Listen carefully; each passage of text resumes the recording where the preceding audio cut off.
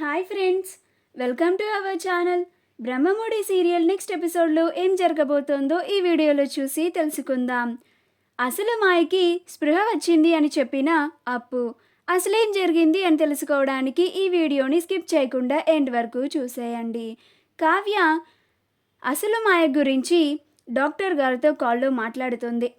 ఆ తర్వాత డాక్టర్ గారు కావ్య పర్మిషన్ ఇచ్చింది అని అసలు మాయకి హై పవర్ఫుల్ ఇంజెక్షన్ని ఇస్తారు.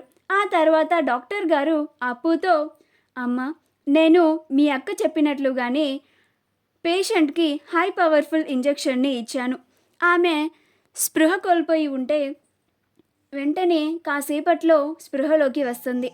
అదే ఆవిడ కోమాకి వెళ్ళే స్టేజ్లో ఉంటే ఇక ఆవిడ స్పృహలోకి వచ్చేంత వరకు మనం వేచి చూడటమే, ఇక మన చేతిలో ఏది ఉండదు అని అంటుంది. అప్పుడు అప్పు అలాగే డాక్టర్ గారు అని అంటుంది. ఆ తర్వాత డాక్టర్ గారు అక్కడి నుంచి వెళ్ళిపోతారు. కావ్య డాక్టర్ గారితో మాట్లాడిన తర్వాత హాల్లోకి వస్తుంది. అప్పుడు రుద్రాని, చూసావా కావ్య, నేను అనుకున్నది అనుకున్నట్లుగా జరుగుతుంది. నాతో పెట్టుకుంటే ఎవరి పరిస్థితి అయినా ఇలాగే ఉంటుంది. చూడు నిన్ను ఇప్పుడు నేను ఎలాంటి పరిస్థితుల్లో పడేశాను. అందుకే నాతో పెట్టుకోకూడదు. నాలాంటి వాళ్ళతో వైరం వాళ్ళకే ప్రమాదకరం అని అంటుంది. అప్పుడు కావ్య, ఇంకా పెళ్ళి అవ్వలేదు కదా రుద్రాణి గారు, ఇంకా దానికి సమయం ఉంది కదా అని అంటుంది. అప్పుడు రుద్రాణి, ఇప్పటి వరకు చేయలేని దానివి ఇప్పుడు మాత్రం ఏం చేయగలవు? నువ్వు చూస్తూ నీ మొగుడికి ఇంకొక అమ్మాయికి పెళ్ళి జరుగుతూ ఉంటే సైలెంట్గా చూస్తూ ఉండడం తప్ప అని అక్కడ నుంచి వెళ్ళిపోతుంది. ఆ తర్వాత రుద్రాణి దొంగమాయని రెడీ చేస్తూ ఉంటుంది. రాజ్ కూడా ఆలోచించుకుంటూ కావ్య మీద నమ్మకంతో అపర్ణ ఇచ్చిన డ్రెస్ని వేసుకొని పెళ్లి కొడుకులాగా రెడీ అవుతాడు. కాసేపు ఆగిన తర్వాత పంతులు గారు, అమ్మ, పెళ్లి కూతురిని తీసుకొని రండి అని చెప్తారు. అప్పుడు రుద్రాణి ఆ దొంగమాయని తీసుకొని రావడానికి తన గదిలోకి వెళ్తుంది. ఈలోగా అపర్ణ స్వప్నని వెళ్ళి మా అత్తయ్య మావయ్య గారులని పిలుచుకొనిరా అని అంటుంది.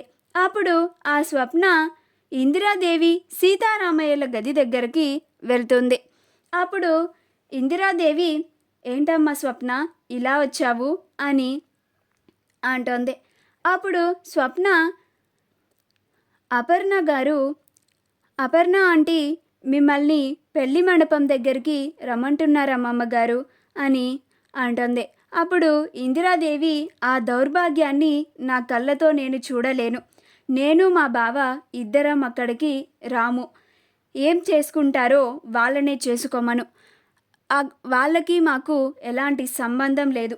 అక్కడ వాళ్ళు చేసే పని నాకు బొత్తిగా అస్సలు నచ్చడం లేదు అని అంటుంది. అప్పుడు స్వప్న అక్కడి నుంచి వచ్చేస్తుంది. వచ్చి అపర్ణతో, ఆంటీ, అమ్మమ్మ గారు తాతయ్య గారు ఇద్దరూ ఇక్కడికి రారంట అని చెప్తుంది. అప్పుడు అపర్ణ అలానే సైలెంట్గా ఉంటుంది. ధాన్యలక్ష్మి కూడా రెడీ అయ్యి మండపం దగ్గరికి వెళ్తూ ఉంటే ప్రకాశం ధాన్యలక్ష్మిని అడ్డుకుంటాడు.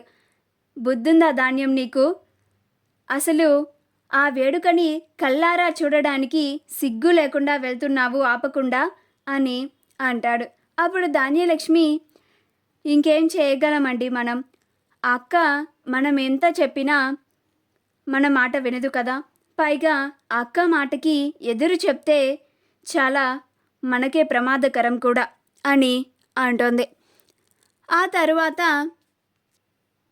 రుద్రాణి ఆ దొంగమాయిని తీసుకొని వస్తుంది. అప్పుడు పంతులు గారు, అమ్మ, పెళ్లి కూతురిని ఇక్కడ కూర్చోబెట్టండి అని అంటారు. అప్పుడు రుద్రాణి ఆ దొంగమాయిని పీటల పైన కూర్చోపెడుతుంది. ఆ తరువాత పంతులు గారు, అమ్మ, పెళ్లి కొడుకును కూడా తీసుకొని రండి అని అంటారు. అప్పుడు అపర్ణ, కావ్య వెళ్ళి రాజ్ని తీసుకొనిరా అని అంటుంది. అప్పుడు కావ్య వెళ్ళకుండా అలానే చూస్తూ ఉంటుంది. అప్పుడు స్వప్న తన భర్తకి వేరే అమ్మాయికి పెళ్లి జరుగుతుంది అంటే తన భర్తని అదే తీసుకొని రావాలా? నా చెల్లి వెళ్ళి తీసుకొని రాదు, మీరే పిలుచుకోండి అని అంటుంది. అప్పుడు అపర్ణ రాజ్ అని పెద్దగా అరుస్తుంది. అప్పుడు రాజ్ తన గదిలో నుంచి బయటికి వస్తాడు. అప్పుడు అపర్ణ పంతులు గారు నిన్ను పిలుస్తున్నారు, త్వరగా రా అని అంటుంది. అప్పుడు రాజ్ కిందకి వస్తాడు. దారిలో మెట్ల పైన కావ్య నుంచొని చూస్తూ ఉంటుంది. అప్పుడు రాజ్ కావ్య దగ్గరికి వచ్చి, నీ మీద నమ్మకంతోనే నేను వెళ్ళి పీటలు పైన కూర్చుంటున్నాను, ఇంకా అంతా నీపైనే భారం వేస్తున్నాను, నువ్వే ఎలాగైనా సరే ఈ పెళ్ళిని ఆపాలి కళావతి అని అంటాడు. అప్పుడు కావ్య, నేను మీకు ముందుగానే మాట ఇచ్చాను కదండి, వేరే అమ్మాయికి మీకు పెళ్ళి జరుగుతుంది అంటే నేను చూస్తూ ఊరుకోను అని, నేను ఎలాగైనా సరే ఈ పెళ్ళిని ఆపేస్తాను, నన్ను నమ్మండి అని అంటుంది. అప్పుడు రాజ్ వెళ్ళి పీటల పైన కూర్చొని కావ్యని చూస్తూ ఉంటాడు. ఆ కాసేపటికి కావ్యకి కాల్ వస్తుంది. అప్పు కావ్యకి కాల్ చేస్తుంది. కాల్ చేసి, అక్క, అసలు మాయకి స్పృహ వచ్చింది అని అంటుంది. అప్పుడు కావ్య, ఏంటప్పు, ఏం మాట్లాడుతున్నావు నువ్వు అని కావ్య అంటుంది. అప్పుడు అప్పు, అవునక్క, నువ్వు త్వరగా రా, అసలు మాయకి స్పృహ వచ్చింది అని అంటుంది. అప్పుడు కావ్య, అలాగే అప్పు, నేను వెంటనే బయలుదేరుతున్నాను అని అంటుంది. ఆ తర్వాత వెంటనే కావ్య అక్కడ నుంచి హాస్పిటల్కి బయలుదేరుతుంది. కావ్య అలా పరుగున బయటికి వెళ్ళడం చూసి రుద్రాణి తన భర్తకి మాయకి పెళ్ళి జరగడం ఇష్టం లేక ఇంట్లో నుంచి వెళ్ళిపోతుందేమో పాపం అని ఎగతాళిగా కావ్యని అంటుంది. అప్పుడు స్వప్న, అత్త, నువ్వు కాస్త నోరు మూసుకొని ఉంటే నీకు చాలా మంచిది అనుకుంటా అని అంటుంది.